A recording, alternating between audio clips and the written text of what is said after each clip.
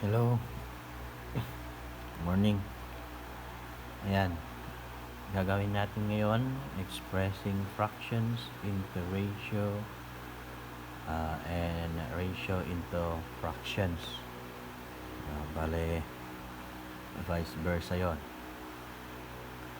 Unahin natin yung fractions muna. Gagawin nating ratio. For example, meron tayo dito 1/2. Yan.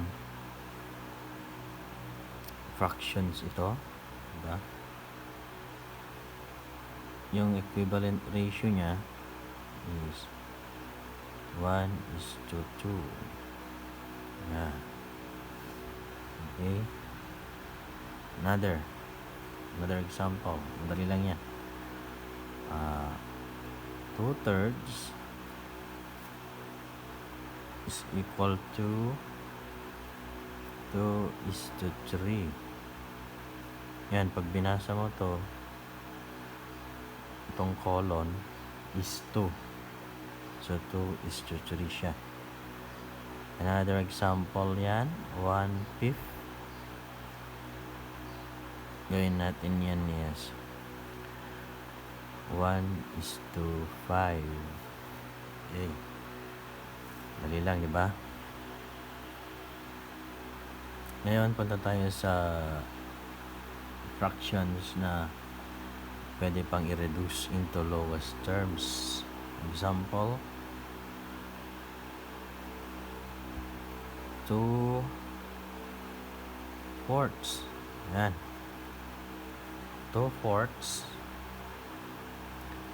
Pag i-reduce natin to, yung 2/4, reduce natin siya into lowest terms. Gawin natin siyang 1/2. Yan. Natutunan nyo sa grade 5, grade 4 kung paano mag-reduce. Okay, pag-explain ko pa dito, another topic. Panoorin nyo na lang yung susunod na video kung paano mag-reduce. Pero I'm sure alam nyo na yan, grade 6 na kayo. Yan, kasi 1/2 siya. Magiging 1:2 ulit. Gaya ng first example natin. Another. 10/20. Okay. Yan, 1/2 pa rin, di ba? 1/2 or 1:2. Another example, tayo sa 12/16. Okay. GCF ng dalawang to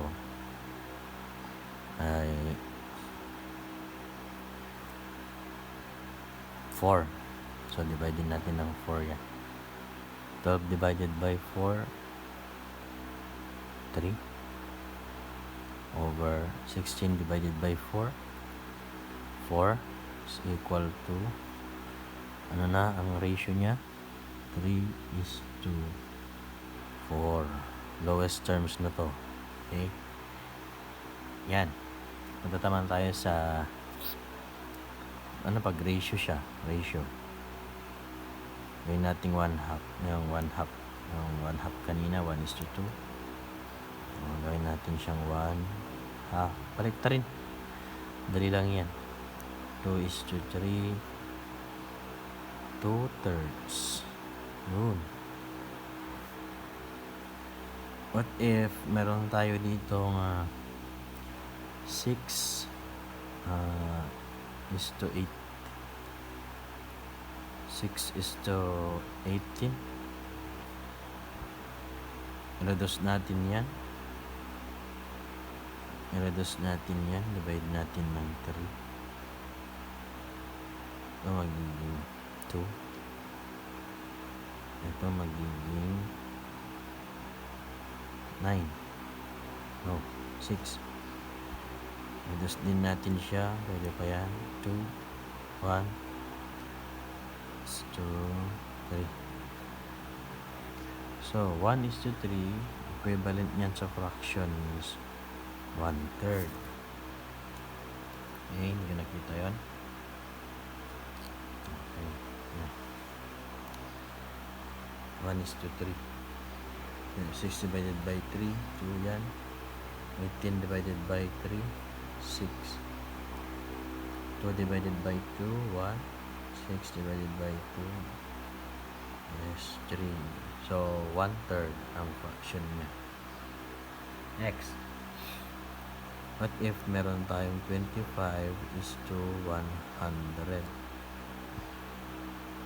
Alam natin na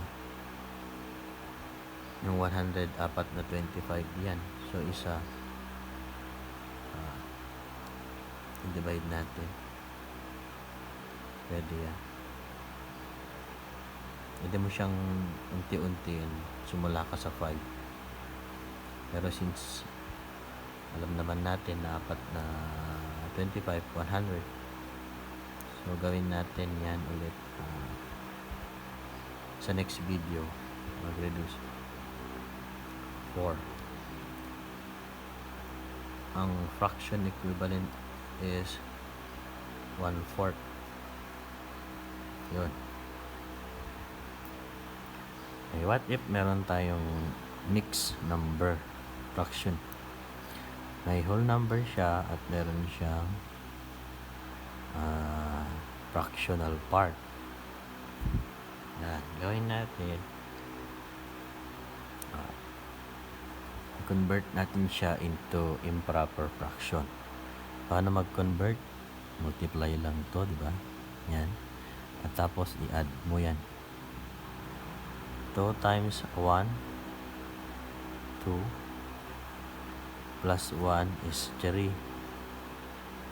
Okay, i-copy natin itong denominator natin, which is 2. Ngayon, 3 halves na siya. Ang equivalent ratio niyang 3 halves, 3 is to 2. Maliwanag? Another example yan. Sige. 2 times 3, 6. Plus 1, 7. 7 is 2. Or 7 over 3. Or 7 is 2. 3. Okay? Sige. Yan lang muna. Kung may question kayo, comment down. And mag-subscribe naman kayo sa channel natin, Central CTV, and see you in the next lesson. Bye.